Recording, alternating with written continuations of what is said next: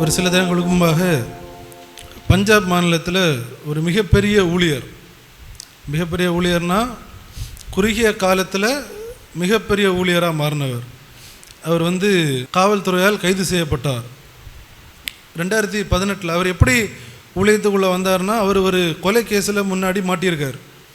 அதில் இவர் ஒரு விக்டம் அக்யூஸ்டாக இவரை போட்டு இவர் ஜெயிலில் இருந்திருக்காரு. அந்த டைமில் அங்கே சுவிசேஷம் கூறக்கு ஊழியர்கள் போயிருக்காங்க. அந்த ஜெயில் ஊழியத்தில் சுவிசேஷத்தை கேட்டு இவர் மனம் திரும்பி ஆண்டவருக்குள்ளே வந்தார். ஊழியத்தை ஆரம்பித்தார். பஞ்சாப் மாநிலத்தில் ஊழியம் நல்லா போய்ட்டு நல்ல வளர்ச்சி, நோய் சுகமாகுது, அது ஓடுது இது ஓடுதுன்னெலாம் சொல்லி அந்த வீடியோஸையும் எடுத்து யூடியூப்லாம் போடுவார். அவருக்கு 3.75 மில்லியன் சப்ஸ்கிரைபர் இருக்குது. அப்படின்னா 37 லட்சம் பேர் அவரை என்ன செய்கிறாங்க, பின்தொடர்கிறாங்க.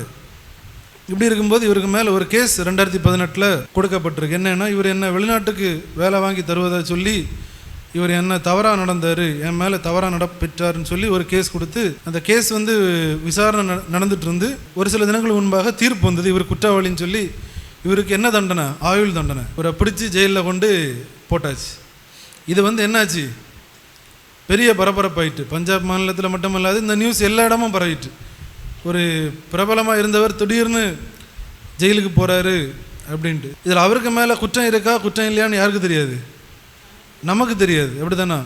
அவருக்கு தரப்பில் என்ன சொல்கிறாங்கன்னா, இது என் மேலே திட்டமிட்டு செய்யப்படக்கூடிய சதி, நான் இந்த தீர்ப்பை எதிர்த்து மேல்முறையீடு பண்ண போகிறேன்னு சொல்கிறாங்க.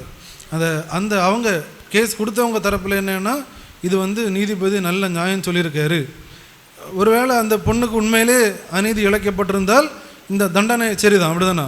அது போதகராக இருந்தாலும் சரி, யாராக இருந்தாலும் சரி, ஒரு தப்பு நடந்திருக்குன்னா அவருக்கான தண்டனை உண்டு. இங்கே இல்லாட்டாலும் எங்கே உண்டு, ஆண்டவருக்கு நியாய தீர்ப்பில் உண்டு. அதே இதில் இவருக்கு மேலே இது தவறாக செய்யப்பட்டதுன்னா இதை செஞ்சவங்க என்ன செய்வாங்க, அவங்க கண்டிப்பாக என்ன செய்வாங்க.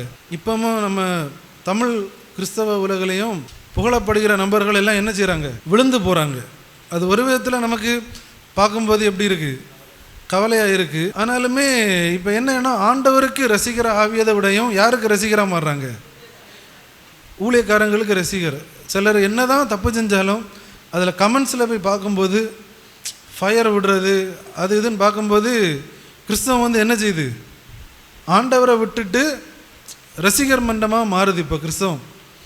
அன்னைக்கு உள்ள ஊழியர்கள் எல்லாம் என்ன செஞ்சாங்கன்னா, சுவிசேஷத்தை பிரசங்கிச்சாங்க. யாரை முன்னிறுத்தினாங்க, தேவனை முன்னிறுத்தினாங்க. என்ன பேசினாலும் யாரை முன்னிறுத்துவாங்க, தேவனை முன்னிறுத்துவாங்க. ஆனால் இப்போ என்ன செய்யுது, கொஞ்சம் கொஞ்சமாக அது மாறுது. இப்போ என்னென்னா, ஃபுல்லாக மனுஷனை முன்னிறுத்தி தான் ஆராதனைகளும்.